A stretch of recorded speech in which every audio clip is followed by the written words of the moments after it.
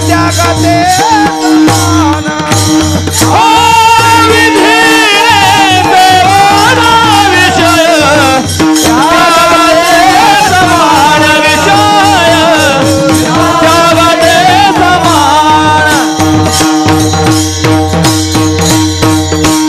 माणूस हा नियमाच्या चौकटीत राहिलेला माणूस सगळी पद भोगू शकतो, सगळी पद. पंढरपुरातल्या मालकांनी 16,108 पत्न्या, 7व्या अवतारात मर्यादा पुरुषोत्तम होते, एक पत्नी व्रत होतं. 7व्या अवतारात 3 महिलांच्या अंतःकरणात इच्छा होती आणि एका पशुतली ती महिला, पशु आहे, पशु या शब्दाचा अर्थ जनावर. 3 महिला आणि एक पशु स्त्री आहे. या चौघींची इच्छा होती रामप्रभू आमचे पती व्हावे, रामप्रभू. त्याच्यातली एक चंद्रसेना. हिनं तर या मालकाशी कॉन्टॅक्ट केला.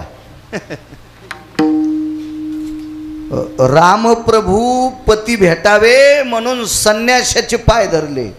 ते संन्याशी सामान्य नाही ना, ते ओरिजिनल भजने आहे.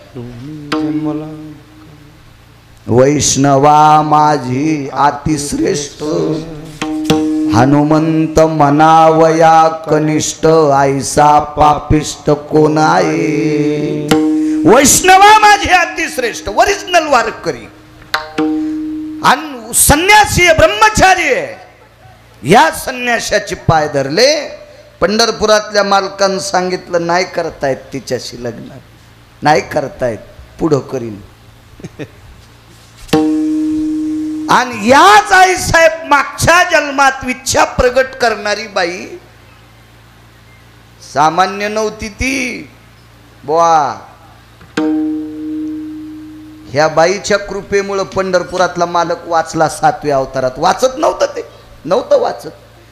तिनं जर सांगितलं नसतं अमक्या अमक्या ठिकाणी अमृत आहे आणि ते अमृत माझ्या पतीच्या रक्ताच्या थेंबावर पडलं की माझे पती वाचते. पण या संन्याशाचे पाय धरले, विश्वास ठेवला, बापू मला त्यांच्याशी लग्न करायचंय, माझे ते पती झाले पाहिजे, मला त्यांच्याशी आवड आहे. आव मालकाचं मरण सांगितलं पंढरपुरातल्याला वाचिलं, पण नाहीच पंढरपुरातल्या मालकांनी तिच्याशी लग्न केलं. बांधलेला अवतार होता हो. वर्तोनी दाविन नामा म्हणे, वर्तोनी दाविन नामा म्हणे, वर्तोनी दाविन नामा म्हणे. बोलीला वाल्मिक तैसेची करीन, वाल्मिक तैसेची करीन. हरी बोलीला वाल्मिक तैसेची करीन, वाल्मिक तैसेची करीन. वर्तोनी दाविन नामा म्हणे, वर्तोनी दाविन नामा म्हणे, वर्तोनी दाविन नामा म्हणे. एका साधूच्या ताब्यातला अवतार आहे. नाही करता आलं नवलाचं काम, नाही करता आलं, नाही करता आलं. 3 स्त्रिया होत्या, त्याच्यातले एकीचं नाव सांगितलं. अजून 2 कोण होत्या घरी गेल्यावर बघा ना. कोण होत्या? ज्यानं शुद्ध पाठांतर करून रामायण सांगतय अशी लोक सांगतील तुम्हाला. घेऊन या वही करीत पान पालथे, हे कसे सांगतेल तुम्हाशी. हा पाठ. एक पशु आहे, अस्वलाची पोरगी, इच्छा प्रगट केली, पण तिला मारुतीराय सारखा महात्मा सापडला नाही. दुःख तिच्या जीवनात ते होतं. तिला कोणी नाही साधू सापडू द्या, पण तिनं रूपाचं वर्णन डोळे झाकून केलं, इतकं वर्णन केलं डोळे झाकून, ती मेलीच. पुढच्या अवतारात तिची इच्छा पूर्ण करावी लागली. जामवंती, जामवंती. फार नवलाची कामं नाही करता आली 7व्या अवतारात नवलाची कामं. पण का? सीतेच्या व्यतिरिक्त जेवढ्या भेटत्यान तेवढ्या कौशल्या, सीतेच्या व्यतिरिक्त जेवढ्या दिसत्यान तेवढ्या सुमित्रा, सीतेच्या व्यतिरिक्त जेवढ्या भेटतील तेवढ्या कैकई, माते समान. पुन्हा एखादीचं नाव सांगता येतं बापू? राजा दशरथाला 703 पत्न्या होत्या. तिघीचं कोणी सांगत, 700चं एखादीचं सांगावं ना. ती कीर्ती ध्वजन रूपाची कन्या, ती कीर्ती ध्वजन रूपाची कन्या, नामने कामशिला पूर्णवो. राजा दशरथाच्या 703 पत्न्यापैकी कीर्तिध्वज राजाची मुलगी, तिचं नाव होतं कामशिला. बस झालं एवढं आहे का नाही. 700तली एक काय केली. आता बाकीच्या घरी गेल्यावर पहा, विठाला विठाला विठाला विठाला विठाला. 7वा अवतार या सगळ्यांनाही समजणारा होता सीतेच्या व्यतिरिक्त. 8व्या अवतारात कोणालाही बायको नाही समजिलं. 16,108 सोडून जी बघताल तिला माय म्हणला. इधीने शेवन विषय त्यागाते समान. इतकं काटेकोरपणानं जीवन जगला म्हणून ब्रह्मचार्याच्या यादीत आहे. तुम्हा आम्हाला ब्रह्मचारी होता येते. महाभारतात प्रश्न नाही. नवल सांगतोय, नवल नवल. का तुकोबराय म्हणतात भोग भोगून ब्रह्मचारी. भानुमती इतकी सुंदर, महाभारतात एकही स्त्री नव्हती, एकही स्त्री नव्हती, एकही स्त्री नव्हती. वाक्य नीट ऐका, नवल केवढे केवढे सांगतोय. भानुमती सारखी सुंदर महाभारतात द्रौपदी पण नव्हती सुंदर.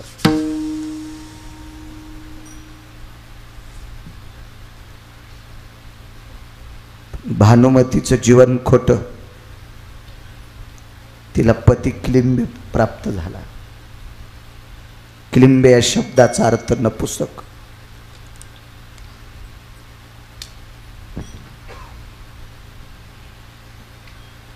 एवढी सुंदर.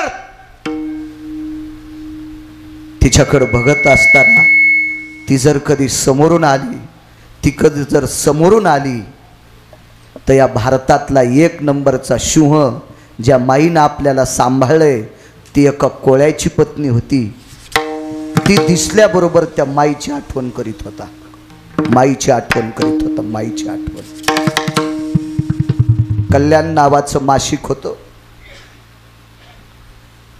मी 27-28 वर्षापूर्वी त्या मासिकातला संदेश वाचिलता. चांगलं मासिक होतं. बऱ्याच लोक मासिक काढतात ना, पण गर्दा घालतात मधात. कल्याण नावाचं मासिक होतं. आता चालू आहे की नाही काय माहित, पण त्यावेळेला होतं. त्या मासिकात एक संदेश होता. घाणेरडी स्वप्न जर तरुणाला पडत असतील, याच्यावर श्रद्धा आहे का अंधश्रद्धा आहे मला काही, पण तुम्ही माना अथवा न माना. घाणेरडी स्वप्न जर तारुण्य अवस्थेत पडत असतील तर रात्री झोपताना उशीवर बोटानं आपल्या आईचं नाव लिहायचं. पेननं नाही, पेन्सिलनं नाही, खडूनं नाही, काय नाही, बोलताना आपल्या आईचं नाव असेल सावित्री, सावित्री असं उशीवर नुसतं लिहायचं. आणि ती उशाला उशी घ्यायची आणि झोपताना एक तुळशीचं पान गुळणा करून पाय धुवून तोंडात टाकायचं. घाणेरडी स्वप्न नाहीशी होतात.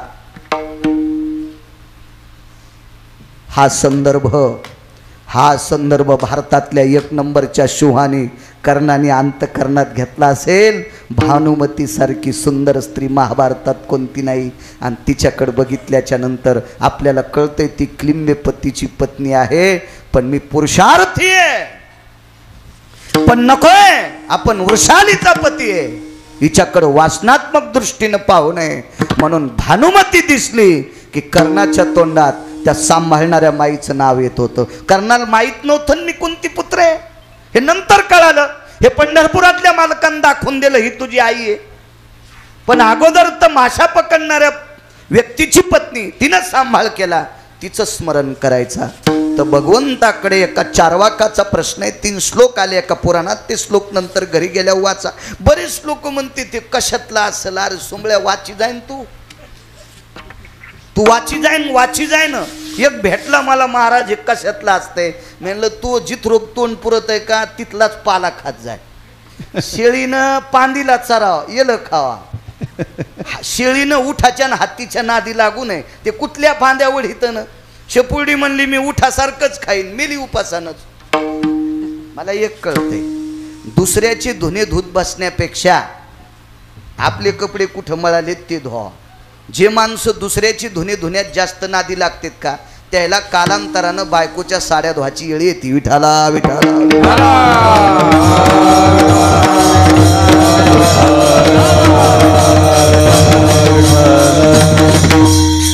चारवाकानी 4 प्रश्न जगाच्या मालकाला केले. त्याच्यातला एक प्रश्न सांगतो. जगदानंद कंद जगतपतीला प्रश्न केला. भगवान द्वारकाधीश कृष्ण परमात्मा 16,108 पत्न्यात, बलशाली आहात, शक्तिशाली आहात, सर्वज्ञ आहात, विश्वाचे मालक आहात. तुमच्या सत्तेनं विश्वातल्या प्रत्येक गोष्टी चालतात. एका पक्षातली वारकरी माणसं तुम्हाला आवडतात, त्यांना पांडव म्हणतात. तिकडच्या पक्षातली ती 100ला 100 हे शिमग्याचा हुरेव हे घाण वस्तू पुसायच्या चिंध्या आहेत त्या, किंवा घाण वस्तू पुसलेल्या भरलेल्या चिंध्या येतात त्या. आणि त्याच्यात एक स्त्रीरत्न आहे. स्त्रीरत्न स्त्रीरत्न स्त्रीरत्न.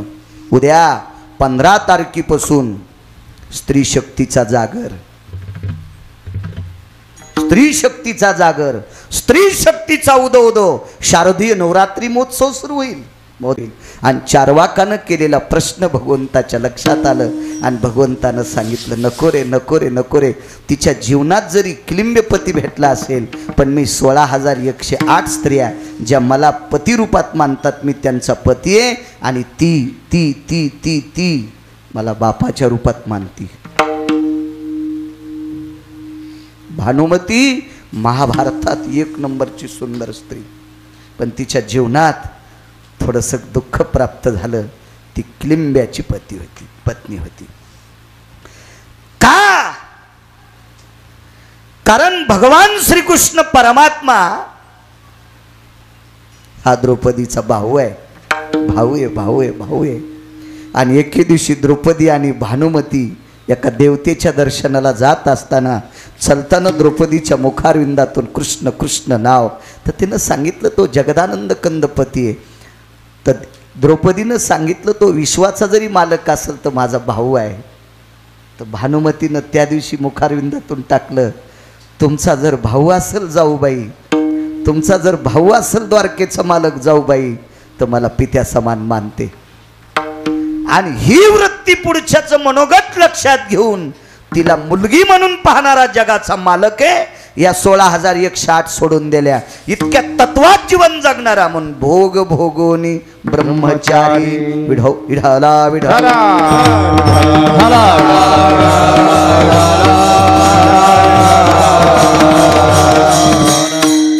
काय नवल केले, 1-2 नवल तुमच्या पुढे मांडतो. तत्पूर्वी मोठ्या श्रद्धेने, मोठ्या अट्टहासाने, मोठ्या असीम प्रयत्नाने, पुण्य स्मरणानिमित्त किंवा श्राद्धानिमित्त श्रद्धेनं केल्या जातंय ते श्राद्ध. आणि श्राद्ध कालात आलेलं श्राद्ध आहे. आता जो पर्वकाळ आहे ना 15 दिवसाचा, कालच्या पौर्णिमेपासून तर अमावस्यापर्यंत, याला पितृ पंधरवाडा म्हणतात. याला काही भाषेत महालय पंधरवाडा म्हणतात. अशा या परमपावन पंधरवाड्यामध्ये जी व्यक्ती पितृ पंधरवाड्यात गेली त्या व्यक्तीचं त्याच दिवशी श्राद्ध आणि त्याच दिवशी पुण्यस्मरण, या दोन्ही गोष्टी एका दिवशी येत असतात. या 15 दिवसात गेलेली व्यक्ती. आणि या कालात वैकुंठवासी, स्वर्गीय कैलासवासी, सत्यलोकवासी, गोलोकवासी गणपतराव सुंदरराव मुसळे, गणपतराव अण्णा विश्वाच्या मालकाच्या सानिध्यात विलीन झाले. इहलोकातली त्यांनी यात्रा सोडली. त्या निमित्त ते औचित्य साधून श्रीमद भागवत कथा, गोड अशी सुंदर कीर्तनांची माळ गुंफली. रोज कीर्तन, श्रीमद भागवत कथा, हरिपाठ, भजन, अन्नदान. रोज श्रीमद भागवत कथा सुटल्याच्या नंतर अन्नदान. या मुसळे परिवाराने मोठ्या भावयुक्त अंतकरणाने हे मोठं अन्नसत्र आणि ज्ञानसत्र आपल्या ज्यांनी विश्व दाखवलं त्यांच्यासाठी हे केलेलं आहे. आदरणीय ॲडव्होकेट जगन्नाथराव गणपतराव मुसळे आणि वैजनाथ गणपतराव मुसळे हे सुपुत्र, आदरणीय श्री श्रीहरी सुंदरराव मुसळे, आदरणीय बालासाहेब सुंदरराव मुसळे, जानकीराम सुंदरराव मुसळे, उत्तम सुंदरराव मुसळे, हा मुसळे परिवार यांच्या वतीने चालत असलेलं हे ज्ञानसत्र. आजचं श्राद्धाचा दिवस आहे. मी वकील साहेबांना मगाशी बोलून गेलो, देवाई होते. पुढच्या वर्षी असा सप्ताह करत असताना एक दिवस पुढे ढकलायचा आणि श्राद्धाचा दिवस मध्ये घ्यायचा. कारण श्राद्धाच्या दिवशी तर्पण विधी असतो आणि या तर्पण विधीच्या दिवशी फुलं उधळली पाहिजे, फुलं टाकली पाहिजे. आता पंचायत अशी झाली, फुलं टाकण्यासाठी अभंग घ्यावा का काल्याचा अभंग घ्यावा ही पंचायत. पण एवढ्या आता हा यजमानाला काही दोष नसतो, आमच्या सांगणाऱ्या लोकांचा दोष असतो. विठाला विठाला विठाला.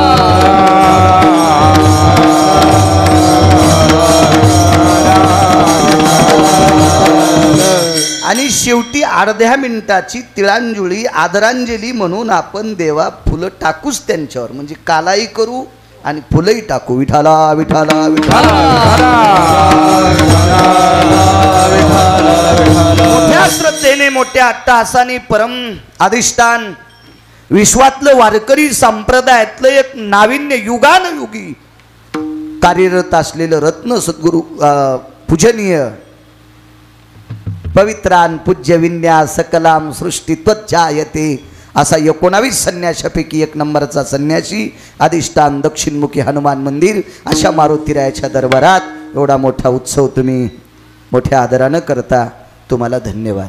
आणि उत्सव आपल्या घरातल्या एका व्यक्तीच्या पुण्यस्मरणा करता करता याच्याकरता तुम्हाला धन्यवाद. नाही तर सप्तेले लोक करायलेत, काय त्याला पुन्हा लुटायचं, सातारं दान करायचं, काय चलत राहतं, काय नसतंय त्याचं, काय विषय चलत राहतं, काय विषय नाही. एका माणसाचं पाकिट घरी नेल्यावर ते पाकिट झोपू देत नव्हतं. मला नंतर कळालं पैसे कशातून आलते. पण वडिलांच्या स्मृती करता, त्यांच्या आदरा करता त्यांनी आपल्याला विश्व दाखवलंय, या प्रित्यर्थ त्याच्यातून उतराई तर होऊ शकत नाहीत. याच्याकरता तुम्ही एवढं मोठं सत्र करता, म्हणून इंजिनियर साहेब, वकील साहेब तुम्हाला धन्यवाद. धर्मसिद्धांतामध्ये श्रुतीशास्त्रामध्ये पंढरपुरातल्या मालकापेक्षा आणि काशीतल्या मालकापेक्षा ज्याला त्याला आपले आईवडील मोठे आहेत. देवा सर्वात मोठं काय जगातलं असेल तर मायबाप आहेत. हो, मायबापाला तिरस डावलून जो कोणी देवाचा होत असेल त्या नालायकाला पंढरपुरातला मालक मानित नाही. विठाला विठाला.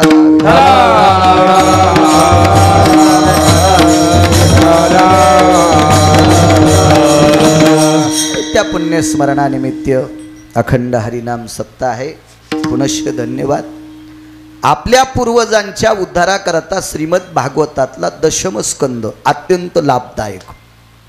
श्रीमद भागवतातला दशम स्कंद म्हणजे विटेवरच्या मालकाचा प्राण आहे, प्राण प्राण.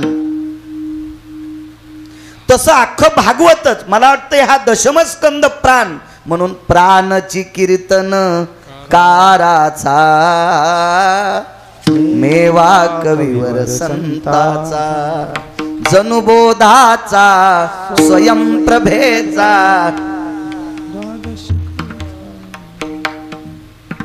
वा वा वा वा. पाटे सगळ्यांना आरती. विठाला विठाला विठाला.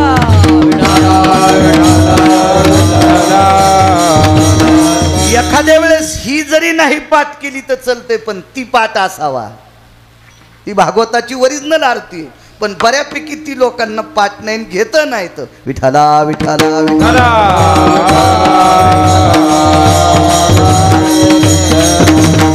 ज्या श्रीमद भागवतात 12 स्कंद आहेत त्या स्कंदाचं वर्णन त्या आरतीत.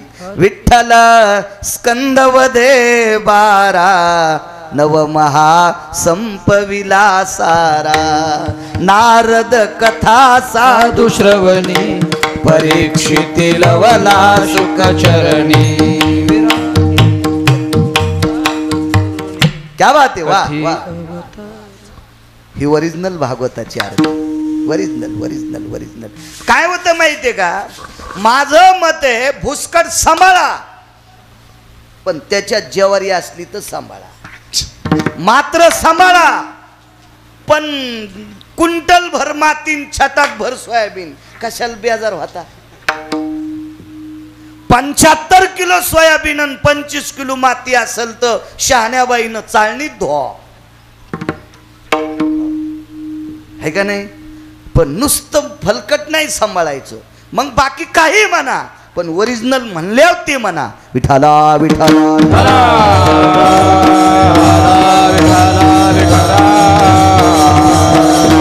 श्रीमद भागवतातला दशमस्कंद हा विटेवरच्या मालकाचा प्राण आहे. आणि हा दशमस्कंद दशमी, एकादशी आणि द्वादशी 3 दिवस जर याच्या श्लोकाचं पितृतर्पणा करता वाचन केलं तर पितृदोष नाहीचा होत असतो, असं पुराण सांगते. गिरगावचा बाळू नाही, पुराण सांगते. पुराण पुराण पुराण.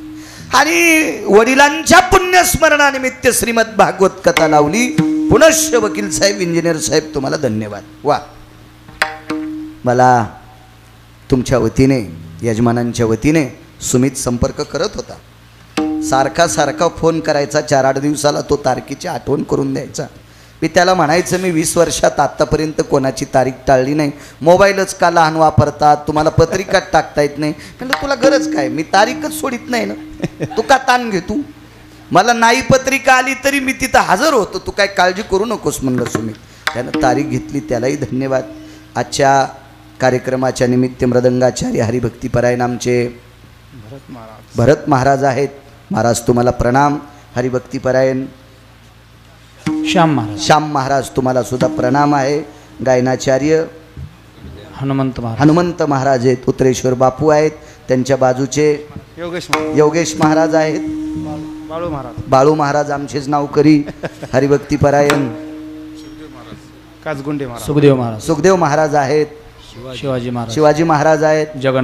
जगन्नाथ महाराज आमचे मनोहर महाराज गायनाचार्य.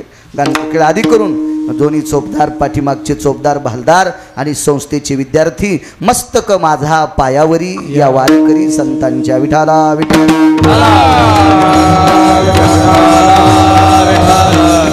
जनार्दनांच्या चरणी साष्टांग प्रणिपात करतो. या पवित्र अधिष्ठानाच्या चरणी, मारुतीरायांच्या चरणी नाक घासून दंडवत करतो. या प्रांतातल्या देवतेंना, यतियोगी तपी सिद्धांना प्रणाम करतो. आणि माझ्या अभंगावर येतो नवल केवडे केवडे. काय नवल आहे देवाच्या जीवनातलं. किती नवल, किती नवल, किती नवल. 7व्या अवतारामध्ये भावाला उठण्यासाठी रडू लागला. मांडीवर कोणाचं डोकं होतं माहिती? शक्ती लागल्यावर लक्ष्मणाचं. लक्ष्मण कोण? पंढरपुरातल्या मालकाचे सख्खे भाऊ. सख्खे भाऊ, सख्खे भाऊ. एक जण म्हणला, महाराज ते सख्खे कस काय म्हणता? सावतारा सुंबळ्या आहेस का काय म्हणलं तू? सुंबळ्या आहेस तू, सुंबळ्या आहेस. सखा भाऊ कोणाला म्हणत असते, सावतर भाऊ कोणाला म्हणत असते माहितीये का? एका माईच्या पोटी जरी झाले तरी सावतर होऊ शकते. कोण नालायक सांगू? केळीचं ढेलं याला घेतलं आणि बर्डाचं ढेलं त्याला दिलं. बंगला याला घेतला आणि पत्राचं घर त्याला दिलं. हे एका माईच्या पोटी जन्माला आले तरी हे भंगिरे सावतर आहेत. तरी हे भंगिरे सावतर आहेत. हे 2 आईचे 2 होते. 2 आईचे 2 होते. पण सख्खे का म्हणतात महाराज? 19 लोक आले त्याला. भैडीजा घरी गेल्या भांगाऱ्याचं भैडीण्यापेक्षा चांगलं दळीजा पीठ पडतंय. वाळू दळल्या कुठं पीठ पडत असतंय का? हे सख्खे का म्हणायचं? 2 आईचे 2 होते. पण माईल सांगितलं, माय मी प्रभू रामचंद्राच्या सेवेला चाललोय. सख्य आवाज दे दादा, गोडकर चांगलं करीन तुमचं. देव मी नाही, देव चांगलं करीत असतो. मला महच मेळ लाग नाही, थोडं यावं लागायले तर मी काय करू? तो चांगलं. माय मी प्रभू रामचंद्राच्या सेवे करता चाललोय. सख्य कोणाला म्हणतात पहा. लखन रामचंद्राच्या सेवेकरता चाललास? हो. पण लक्षात ठेव, वाक्य ध्यानात ठेव, जर तुला रामचंद्रांची सेवा करायची असेल, विठला विठला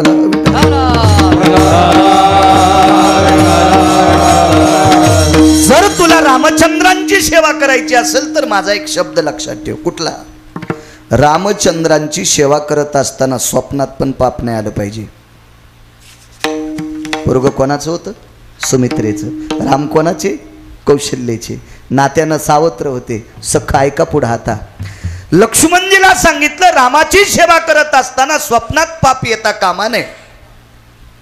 लखनलालजीने विचारला, आई स्वप्न कधी पडतं ग? झोपल्यावर. झोप कधी येते ग? जेवल्यावर. लक्ष्मणानं त्याच दिवशी हातावर पाणी घेतलं आणि संकल्प केला, वापस येऊस तर जेवणारच नाही, म्हणजे झोपीचा प्रश्न नाही. वापस येऊस तर पाण्याचा थेंब पण घेणार नाही. इथं सावत्र भाऊ म्हणत असतात का, हाणायला पाहिजे वाक्याला रुमण्यानं, विठाला विठाला विठाला.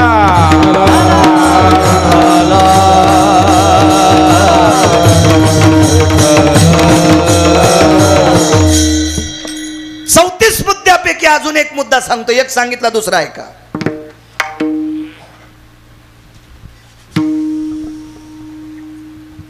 दोघ जण सख्खे भाऊ एक बाजाराला गेला.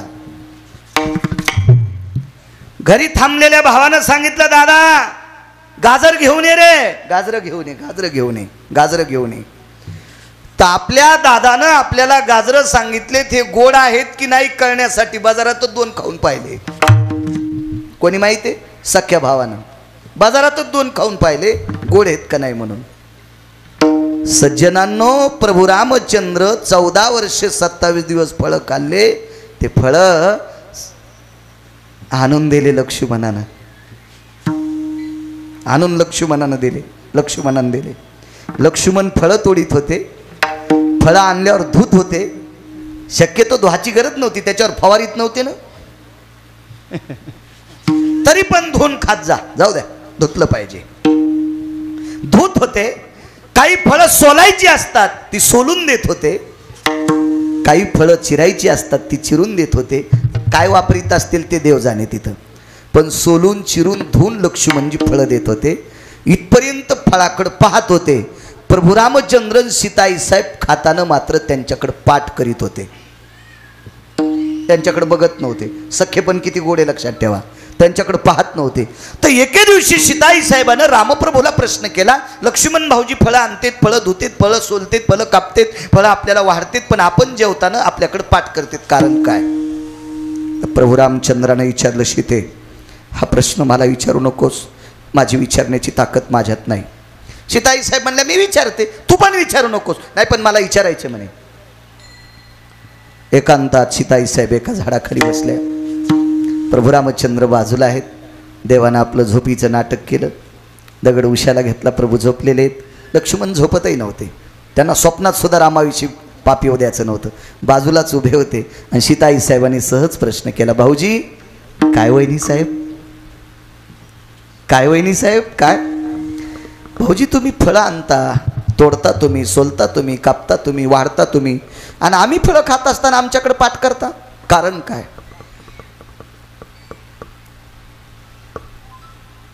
लक्ष्मणाच्या डोळ्याच्या कडा ओल्या झाल्या. कडक करा आवाज, कडक बेस कमी करा त्याचा. डोळ्याच्या कडा ओल्या झाल्या. नवल सांगतोय.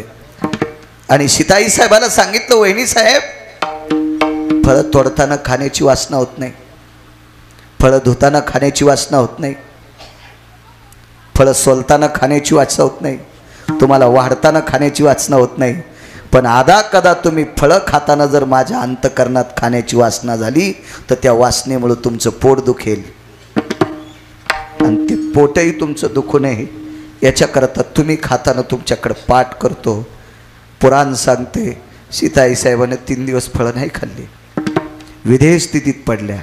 ज्या साधूचं वाक्य ऐकल्याच्या नंतर जगाची मालकीन विधेय स्थितीत जाती, तो भाऊ किती टोकाचा असेल. याला सावत्र कसं म्हणता येईल? दात पाडूस तर हाणायला पाहिजे. विठाला विठाला. आणि तितक्या निष्ठावंत भावाचं डोकं मांडीवर घेऊन रडू लागले पंढरपुरातले मालक. पंढरपुरातले मालक तितक्या निष्ठावंत भावाचं मांडीवर डोकं घेतलं आणि रडू लागले. उठवायची पंचायत, कसा उठवावा, कसा उठवावा, कसा उठवावा, कसा उठवावा. शेवटी या महात्म्याला बोलिलं आणि या महात्म्याने पर्वत आणला पर्वत आणला पर्वत आणला आणि मग ती औषधी टाकली आणि लक्ष्मणजीला उठवलं. नवल नाही नाही नवल प्रभू रामचंद्रांना नाही उठिलं राजो उठिलंय त्यानं. हे आपले संत सांगतात हा भाग लय टोकाचा आहे. पुराण सांगते हा भाग लय टोकाचा आहे. एक बाई सांगत होती आमच्या इथली वल्ल्यानाया गेले मारवती जिवंत केले उर्मिला पते जुबाळा जुरे जू आणि जिवंत केले उर्मिला पते जुबाळा जुरे जू. हुशार बाई होती ती आमच्या इथली वारकरी बाई होती न ती असं काही म्हणत नव्हती. बेल वाया गेले ग बाय बाय तिकडच घसरून मेले उलथून नाही जाचीस का तू असं काही बी म्हणल्यावर. वल्ली आणाया गेले मारवती जिवंत केले उर्मिलापती येणे गिरी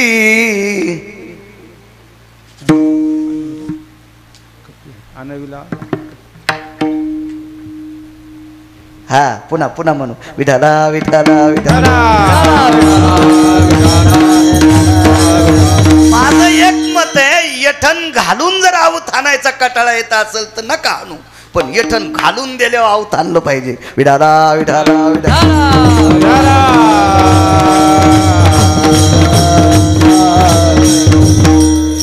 फार मोठी ताकद मारुती राहिली. उठिलं नाही उठिता आलं इतका निष्ठावंत भाऊ इतका निष्ठावंत भाऊ. पण ज्यांच्याकडे काही दिवस भाकरी खाल्ल्या त्या बाईचं पोरग पाण्यात बुडून मेलं. पाण्यात बुडून ते पोरग मेलं. ते पोरग सामान्य माणसाचं नव्हतं. पृथ्वीवर जितके देश आहे सर्व देशातला शिक्षण महर्षी होता.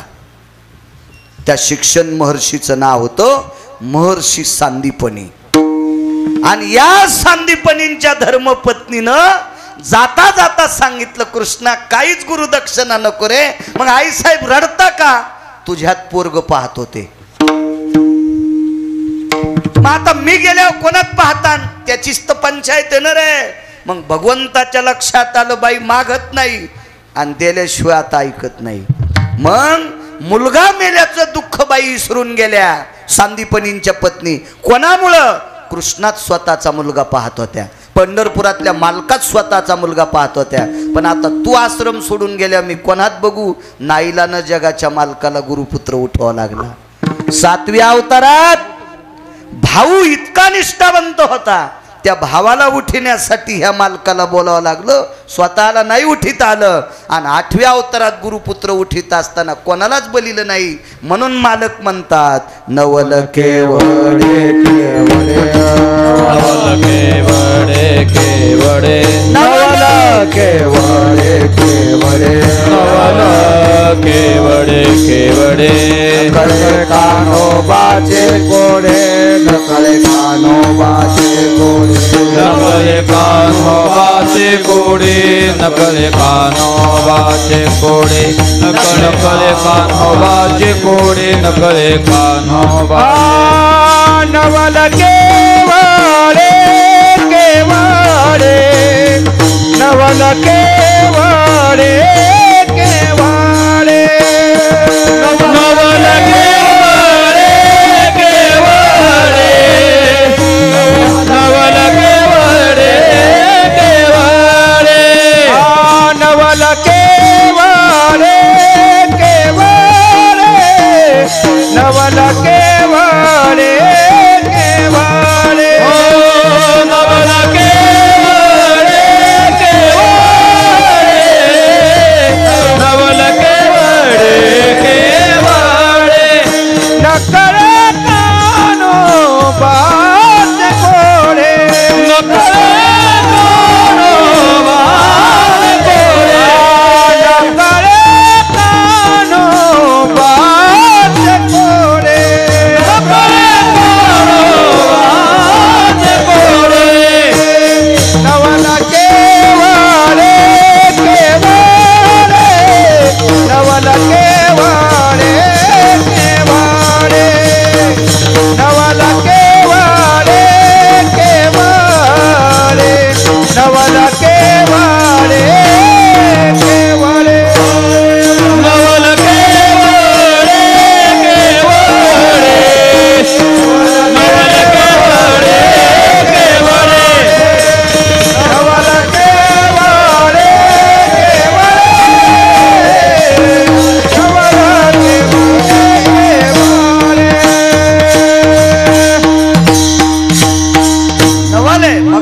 सांगता सांगता राहिलो.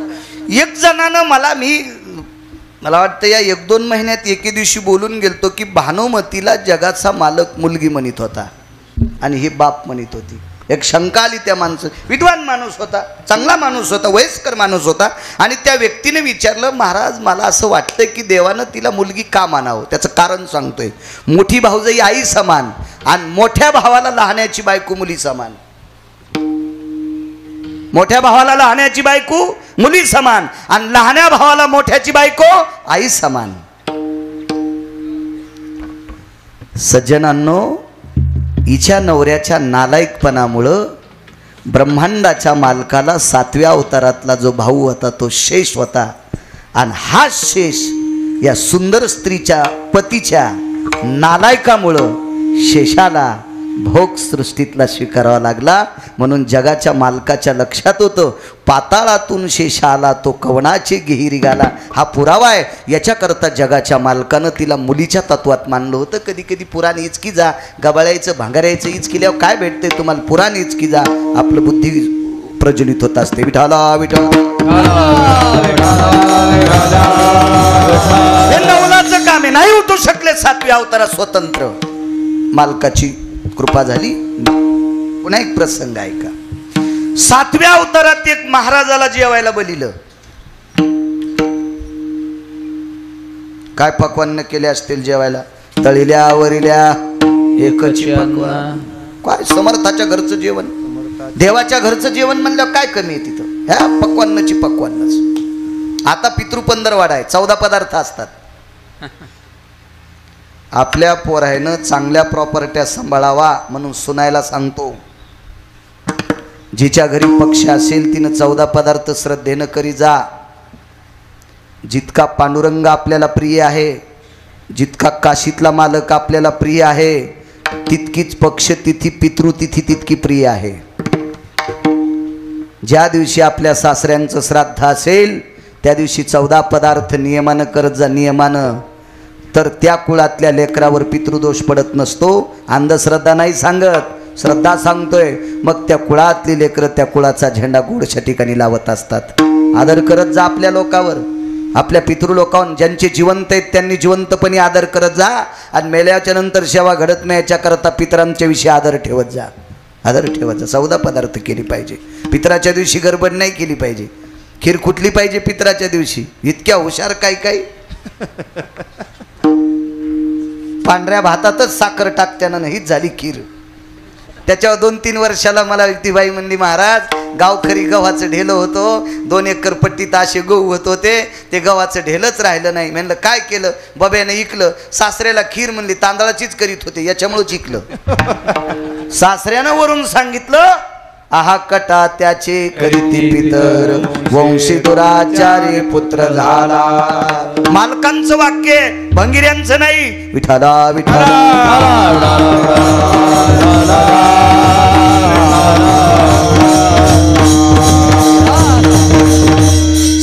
देवाच्या आशीर्वादाची जेवढी शक्ती आहे, संतांच्या